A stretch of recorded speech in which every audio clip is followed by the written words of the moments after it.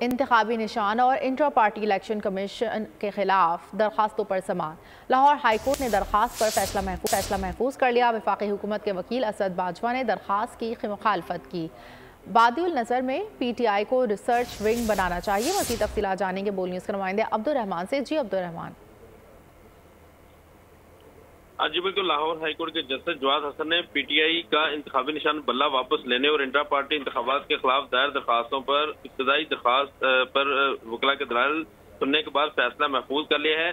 عدالت نے ریمارک دیتے ہوئے کہا کہ چیف جسٹس پاکستان کہتے ہیں کہ آئین اور قانون کو دیکھ کر فیصلہ کرے۔ عدالت نے کہا کہ فاضل چیف جسٹس کی منشا ہے کہ الیکشن میں التوا نہ ہو، آئین اور قانون کے مطابق فیصلہ کرنے سے کسی نے منع نہیں کیا۔ بادی النظر میں الیکشن کمیشن کو پارٹی جو سمبل ہے وہ کینسل کرنے کا اختیار ہے۔ عدالت نے یہ بھی استفسار کیا کہ یہ عدالت جو ہے آپ نے پشاور ہائی کورٹ میں درخواست دائر کرنے کے بعد لاہور ہائی کورٹ سے کیوں رجوع کیا۔ عدالت نے یہ بھی کہا کہ یہ عدالت پشاور ہائی کورٹ کے جج کے فیصلے کی پابند نہیں جو کہ مجھ سے جونیئر ہے۔